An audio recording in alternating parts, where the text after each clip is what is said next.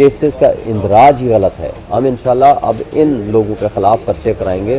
جنہوں نے ہمارے خلاف یہ پرچے کرائے ہیں، ہم احتساب کریں گے ان تمام لوگوں کا۔ ان کو شرم آنی چاہیے، ان کو ڈوب مرنا چاہیے کہ اپنے آپ کو یہ جمہوری کہتے ہیں۔ نہ یہ جمہوری ہیں، نہ آئینی ہیں، نہ قانونی ہیں۔ ان کے پاس یہ نہ تو نمبر پورے ہوں گے، نہ ہی یہ ترمیم کر پائیں گے، اس لیے کہ ان کے پاس یہ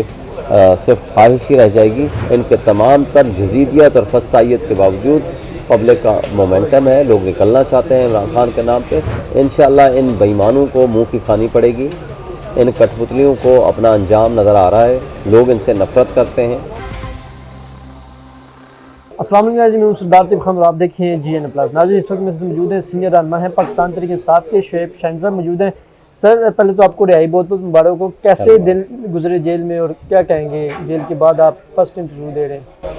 دیکھیں جیل تو جیل ہوتی ہے، ظاہر ہے قید اور آزاد لائف میں بڑا فرق ہوتا ہے، مگر جب آپ رائے حق کے مسافر ہیں اور اللہ کی رضا کے لیے جب آپ ایک پرنسپل سٹینڈ لے کے کھڑے ہیں تو میرا خیال ہے کہ چھوٹی موٹی مشکلات کوئی اتنی بڑی اہمیت نہیں رکھتی۔ الحمدللہ اللہ تعالیٰ نے ہمت دی ہے، جرأت دی ہے، استقامت دی ہے۔ ہم ایک پاکستان قوم کی ایک ترجمانی کرتے ہیں اور ملک میں آئین اور قانون کی بالادستی چاہتے ہیں اور ملک میں جمہوریت کو پنپنا دینا چاہتے ہیں، اور اس مقصد کے لیے عمران خان کے ہم ایک سپاہی ہیں اور اس کے ورکر ہیں، اور ہمیں عمران خان کی کاز کے ساتھ کھڑے ہیں۔ اس کے لیے مشکلات ہمیں آئی ہیں اور آتی رہیں گی، ہمیں اس سے کوئی خوف یا کوئی گھبراہٹ یا اس سے کوئی ایشو نہیں ہے۔ شعیب صاحب یہ بتائیں کہ مجوزہ آئینی ترمیم کے بڑے چرچے ہیں اور کل بھی نہیں پاس ہو سکی، کیسا دیکھتے ہیں کہ کیا وجہ ہے مجوزہ آئینی ترمیم میں ججز کی؟ ایک تو وہ مدد بڑھانا چاہتے ہیں اور سپریم کورٹ کے جو چیف جسٹس ہیں ان کا جو انتخاب ہے 5 سینئر ججز سے اور حکومت مطلب کہ کرے گی، حکومت جو چاہے گی وہی ہوگا، تو سارا تو وہ ایک حکومت اپنے لیے سارا کچھ میں دیکھا جائے تو سارا حکومت کے فیور میں جا رہا ہے کہ یہ ترمیم پاس ہو جاتی ہے۔ دیکھیں ایگزیکٹو کے ہاتھ میں اگر دے دیا جائے کہ وہ منصفوں کو منتخب کریں تو میرا خیال ہے وہ مناسب نہیں ہوگا۔ دیکھیں 76 سال لگا کے ہم نے ایک آئین بنایا اور اس کے اندر ایک تبدیلی کی کہ جو سینئر موسٹ جج ہوگا he will be the next chief justice, تاکہ اس کے اندر جو خرابیاں تھیں ماضی میں وہ ختم ہو گئی۔ آپ کو یاد ہوگا ایک دفعہ سجاد علی شاہ صاحب کو 4تھے نمبر سے اٹھا کے بنا دیا گیا تھا، اس پہ پھر ملک اسد ججمنٹ آئی تھی، سارے جج بیٹھے تھے اور انہوں نے یہ فیصلہ کیا تھا کہ نہیں جو سینئر موسٹ ہوگا وہ چیف جسٹس بنے گا، اور ان کو ہٹا دیا گیا تھا، اور اس ججمنٹ کی روشنی میں آئین میں ترمیم کی گئی اور سینئر موسٹ جج کا ایک انتخاب ایک لحاظ سے ان کو سلیکٹ کیا گیا کہ جی he will be the next chief justice, اور یہ آئینی تقاضا ہے۔ اب اس کو ختم کرنے کا مطلب یہ ہے کہ آپ ایگزیکٹو کے ہاتھ میں دے رہے ہیں کہ عدلیہ آزاد نہ ہو، اور وہ جا کر کے حکومت کی طرف دیکھیں کہ 5 ججز جو سینئر موسٹ ہوں وہ صرف یہ دیکھتے رہیں کہ جی ہم میں سے کس کی باری آئے گی اور کون بنے گا اور کون نہیں بنے گا۔ یہ نامناسب ہے اور یہ غلط ہے، اور میرا خیال ہے کہ یہ آزاد عدلیہ کے اوپر حملہ ہے، اور یہ حملہ کسی صورت ہم وکلا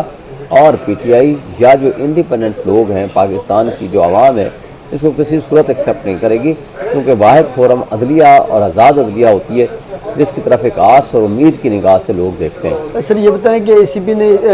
اجلاس آج بلایا ہوا ہے مخصوص ججوں کے حوالے سے جو وزارت طلب کی تھی، اس پر سپریم کورٹ آف پاکستان کے 8 ججز کا فیصلہ بھی آ گیا، اور انہوں نے الیکشن کمیشن کو فوری طور پر کہا کہ جو 41 ایم ہیں وہ پی ٹی آئی کے ہیں اور ان کو فوری طور پر جو ہے وہ ان کے سرٹیفکیٹ وغیرہ جاری کیے جائیں، ان کی جو ہے وہ نمائندگی جو ہے ظاہر کی جائے۔ انہوں نے کہا الیکشن کمیشن ہیلے بہانے سے کام نہ لے، تو آج اسی پہ اس پر آپ کو لگتا ہے کہ عمل درآمد کرے گا جو سپریم کورٹ کے 8 ججز کا فیصلہ تھا مخصوص نشستوں کے بعد؟ میرا ذاتی خیال یہ ہے کہ یہ جو کچھ کرنے جا رہے ہیں تو اب سوائے ان کے پاس کوئی آپشن نہیں ہے کہ وہ اب سپریم کورٹ کے فیصلے پہ عمل درآمد کریں۔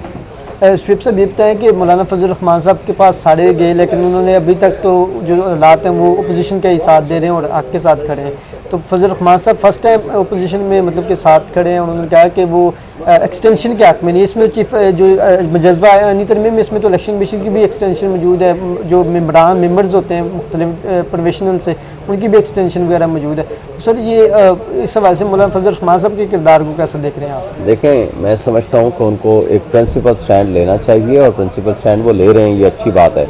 لیکن انہوں نے خود کہا ہے کہ اس وقت حکومت کے ساتھ دینے کا مطلب سیاسی خودکشی ہے۔ میرا نہیں خیال کہ وہ سیاسی خودکشی کی طرف جائیں گے، عارضی مفادات تو وہ دے سکتے ہیں، مگر as a matter of policy سیاست میں ہمیشہ کے لیے زندہ تب وہ رہ سکتے ہیں کہ جب وہ اصولوں کا ساتھ دیں، اور میرا خیال ہے کہ وہ اصولوں کا ساتھ دیں گے، اور ان کے خواب